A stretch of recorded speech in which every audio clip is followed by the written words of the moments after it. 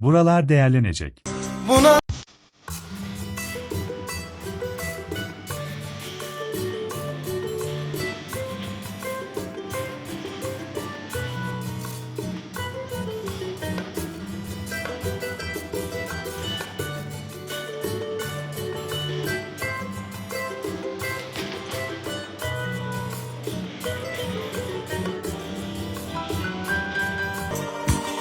Sırf bu yüzden sattım 6 ayda yandım.